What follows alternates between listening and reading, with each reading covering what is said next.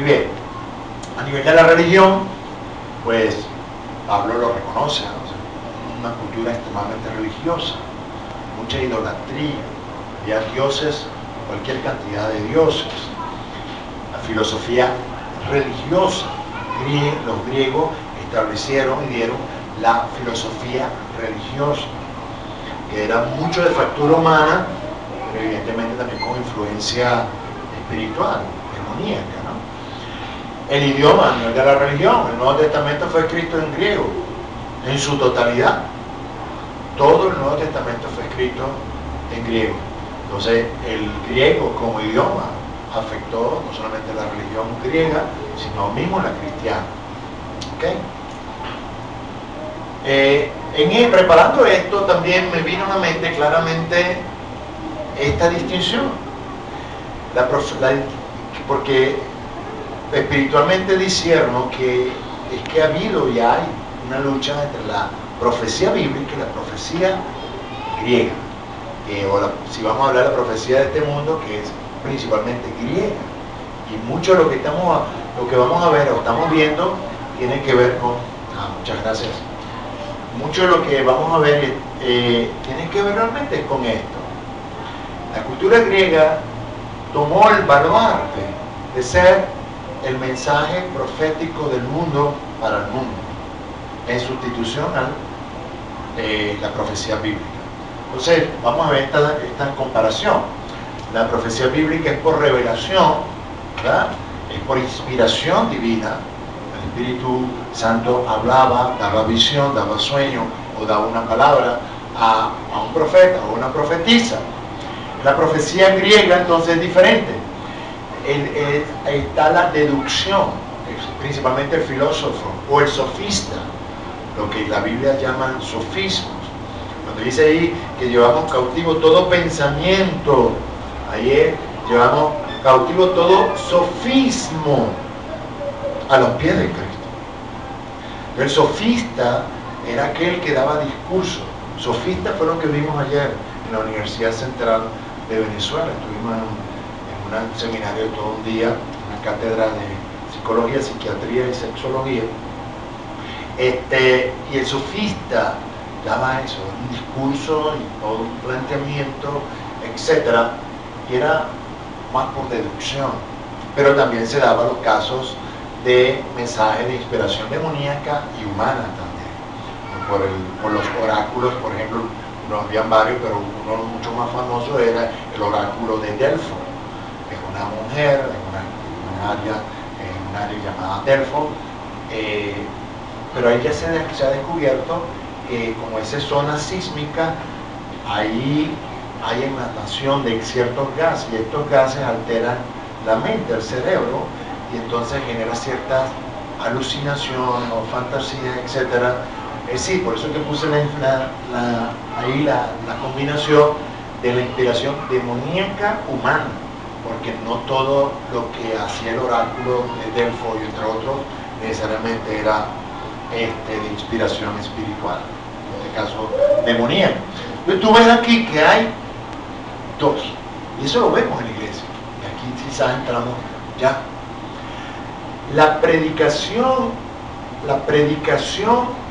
de la palabra de Dios de una manera homilética, que viene del griego, por cierto, de una manera elocuente,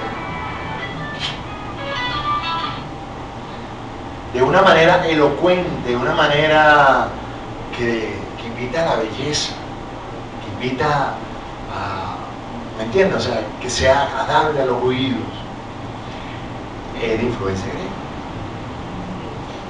griega. Esa predicación ha sustituido en muchas iglesias la predicación profética de la palabra de Dios. Y cuando hablo de predicación profética, no estoy diciendo aquí que sea la predicación de predicción o de amonestación. No. Cuando hablo de predicación profética es toda predicación que es movida, impulsada por el Espíritu Santo de Dios conforme a la palabra de Dios. Entonces, muchas veces, y eso se ha hecho, quizás usted no ha estado expuesto a eso, pero yo sí he estado expuesto a eso. Cuando uno escucha una excelente predicación, en la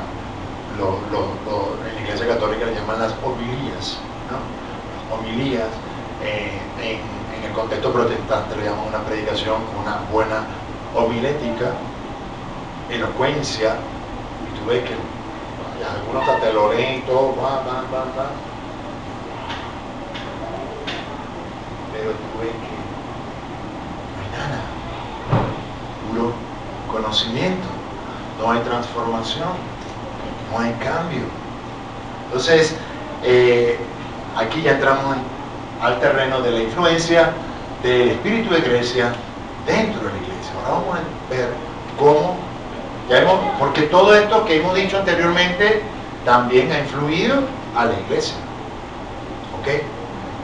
Hasta el entretenimiento, hasta el entretenimiento, todo. Muy bien, vamos a ver la influencia en la iglesia. El espíritu de Grecia principalmente se opone a lo sobrenatural. Básicamente, el espíritu de Grecia se opone a lo sobrenatural de Dios, ¿okay? A lo profético.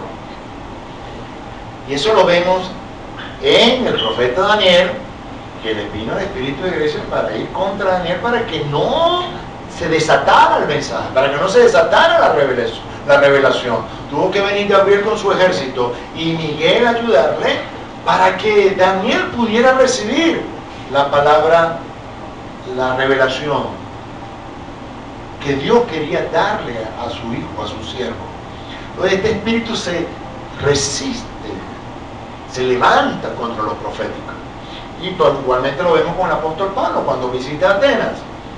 Pablo igualmente, él va allí, llega a Atenas, y todos los filósofos epicúreos y estoicos que estaban allí lo llevan al Areópago para que vamos a escucharte, danos un mensaje.